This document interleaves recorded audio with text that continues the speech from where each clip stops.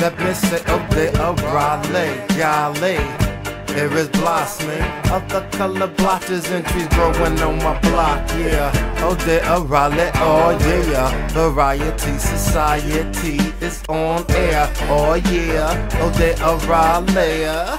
So let me say it one again. Oh, they are Raleigh, Raleigh, where I could kick it all day, Raleigh.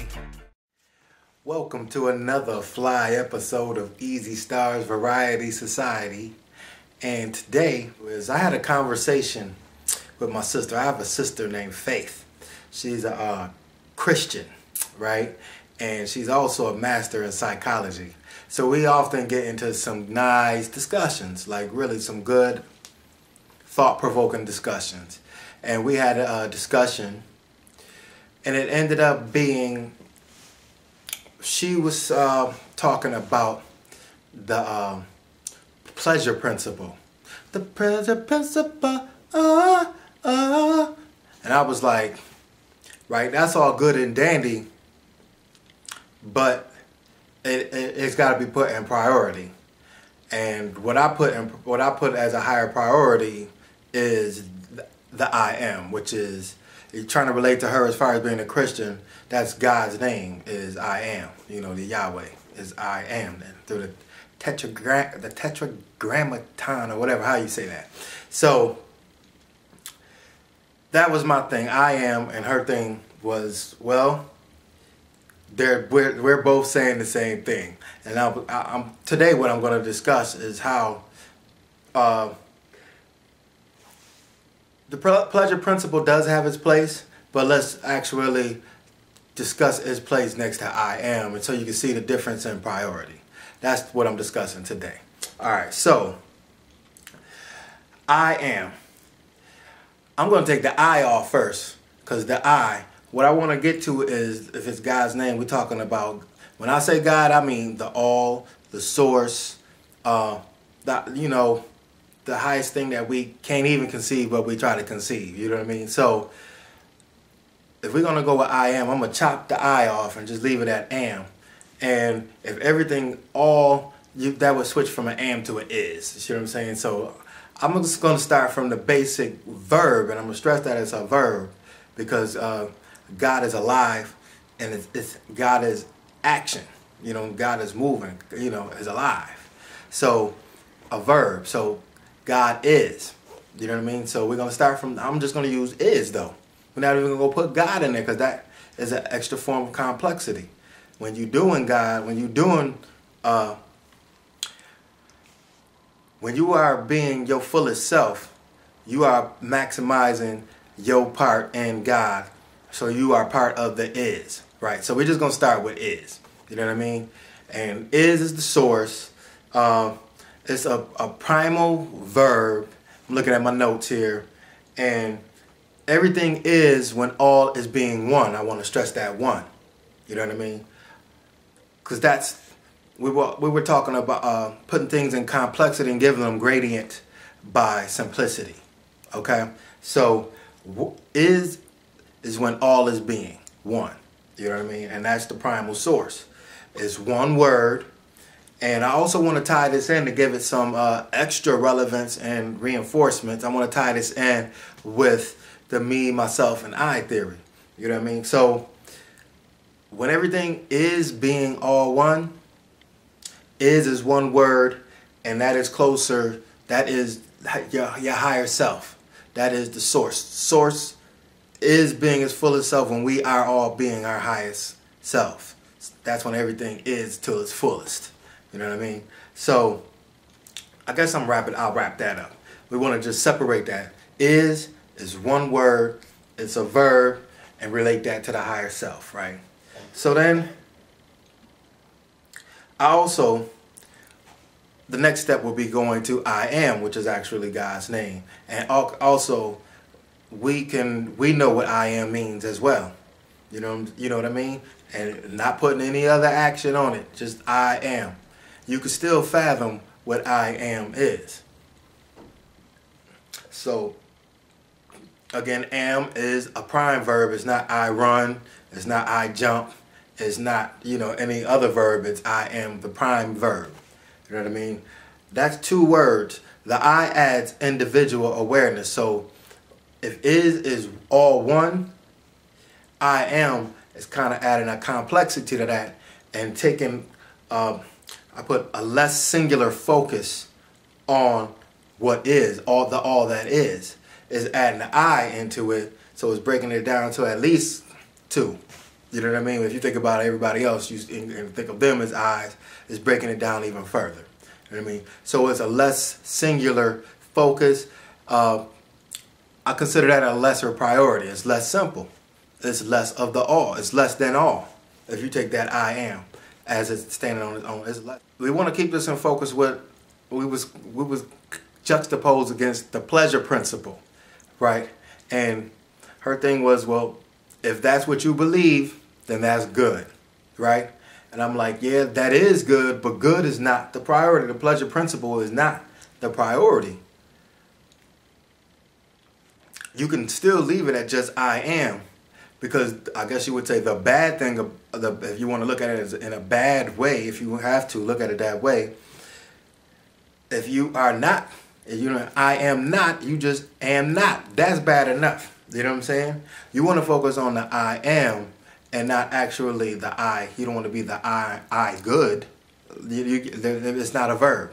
Good is not a verb. It's not an action. You stopping everything to evaluate. You stepping outside of experiencing. You know what I mean? 2 words. You went to I am. So again, it's more complex. And I'm going to equate that with the I as far as me, myself, and I. So you got is with the self. You got I am is with the I. And then I broke it down because we're trying to get to where you could start adding the pleasure principle into the I am structure that I'm devising here for explanation's sake. So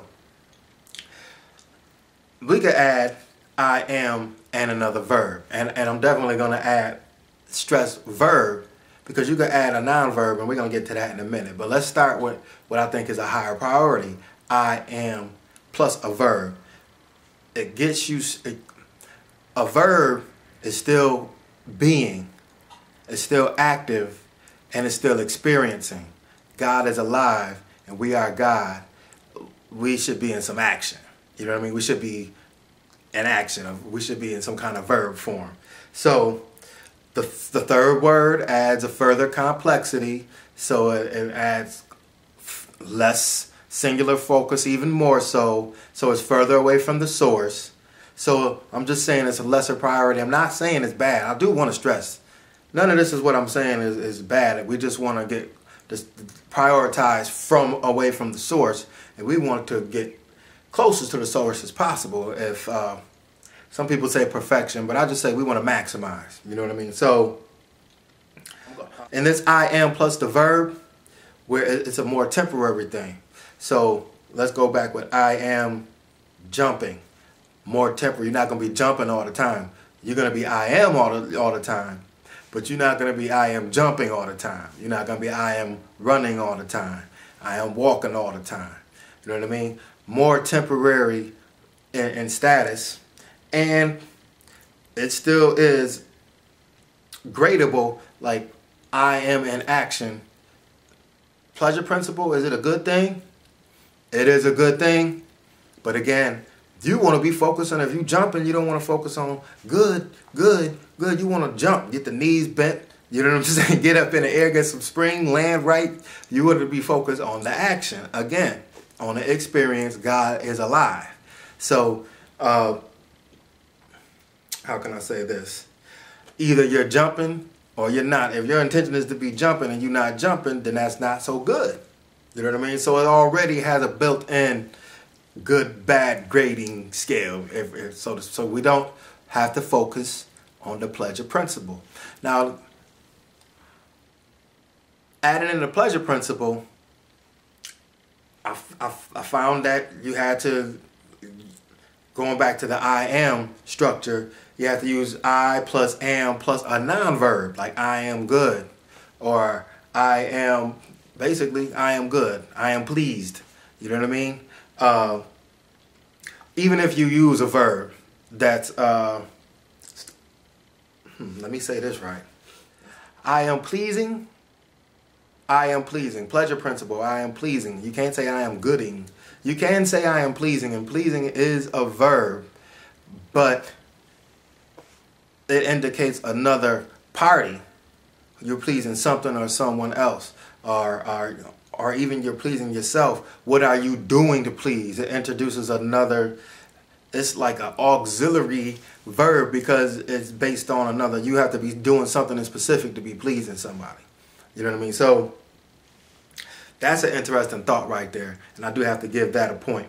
You know what I mean? But non-verb, for all practical purposes, I am good, like good, bad. We want to stress, you know, the pleasure principle, basically good, bad.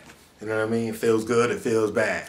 You know what I'm saying? So that's a non-verb. Good is a non-verb, bad is a non-verb. It's not an action, so it's not experiencing source. It's good for indicators and evaluations. Like, so say you were doing an action. Say you were just being. Say I doing I am, and you fell out the pocket and you want to get back in the pocket. Good and bad may be used as indicators for how maybe you fell out the pocket and how you want to get back in the pocket and stay in the pocket. You know what I mean? But you evaluating from outside the pocket, so you're not being. You know what I mean? You're not doing the do. You actually stepping aside.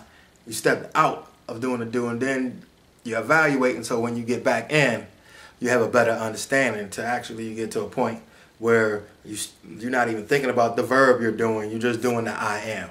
You know what I'm saying? And then you do that so well that you bump back to the prime source where you're just being like all is being.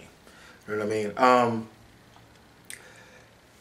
It's still 3 words. It's still part of me. As far as the me, myself, and I breakdown. I am plus the verb is me. I am plus a non-verb is me.